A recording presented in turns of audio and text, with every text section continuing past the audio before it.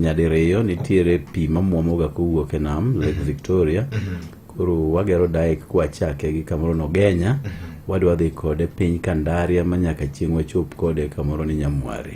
Mano tich mwadhi godo nyime. Then mar River Nyando bende mosemiyo wawich bar kuom higni mang'eny bende dhi mbele kigere kod Lake Basin Development Authority.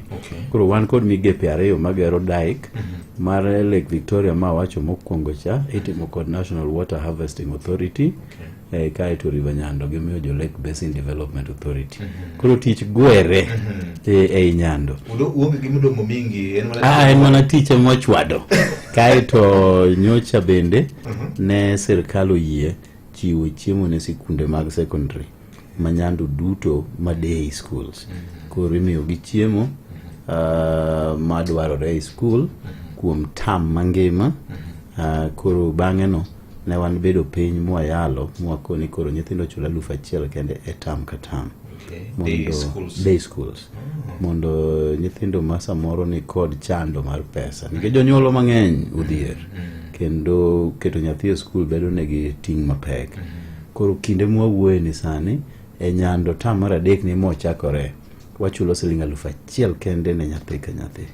Odhi bedo kamano nyaka ndalo duto mane MP ma Nyando. Mheshimiwa, paro miyago kanye? Paro ni en mana ni koro kanyo wabede sirkal to ji sumore rieko. Koro kanyo cha wadhi gi President Ruto London to na pimo ne kagen kod jatend omenda ma en bende wuodwa Mbadi. Kane wapimo ne to naneno korwako paro no. Mokawo pesa otero ne jo miluongo ni Children Welfare. Koro jo Children Welfare ema deal ga gi weche mag konyo nyithindo masomo. Koro nomigi pesa no specifically gi vote mar Nyando ni chiemo gi onego tere skunde ma Nyando. Koro nabedo piny gi jopuonjwa duto magendekonwa kit chiemo magitiyo godo kod kiwango magitiyo godo. Koro mago ema nwachiwo duto kapok oyaw sikul e tam mar 3. Koro omiyo wayot ahinya nikech jopuonj bende samoro bedo gi tich matek.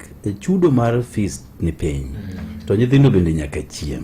Koro nyithindo osebiro ni nyithindo 600 fees bende ok gibiro go to gidwa ni koromo sa lunch timigi gimoro gi gaji. Koromo sa 4 gidwaro nyuka. Koro bedo matek ahinya omiyo kanyo Nyasaye oriwore gi president mondo konya paro no. Nyaneno ka jowa obedo kod ting' mayot ahinya. Koro gima nyaka aler ne jopiny en ni kony no miwa kochakore tam mar 3. Nitiere jomoko ma koro pod nigi gope e tam mokwongo kata tam mar 2. Gope go gin nyaka chulgi. Nikech ing'eni jonyuol koro paro ni na lufu ni bedo backdated. Nyaka nino koro chakore tam mokwongo. Ok onyal bedo kamano. En gima nyo mewa mane tam mar 3 ni kanye mwachaka. Kantie gowi manodong' winjri kod japuonj kako nege chul gowi no mondo wachak wuoth manyien. En mana mar tam mar 3 ni. Kaeto nitiere mwadhi timo tam mokwongo 2026, tam mar 2 2026, tam mar 3 2026. Kaeto wadonjo kodgi 2027. Koro kinde duto man MP ma Nyando, kinde duto mabende dhi budho en 1,000. Kanitiere lokruok mabiro bedo nikech samoro bende 1,000 value ne dok piny. Kama dhi dong' no wabiro pong'o kod CDF e yor basari. Mondo kik wawe nyithindwa lek man godo osiepna VOJ. Agombo ni kabiro we bedo MP ma Nyando 2037 ta we ni nyithindo te odhi sikul. Piem masani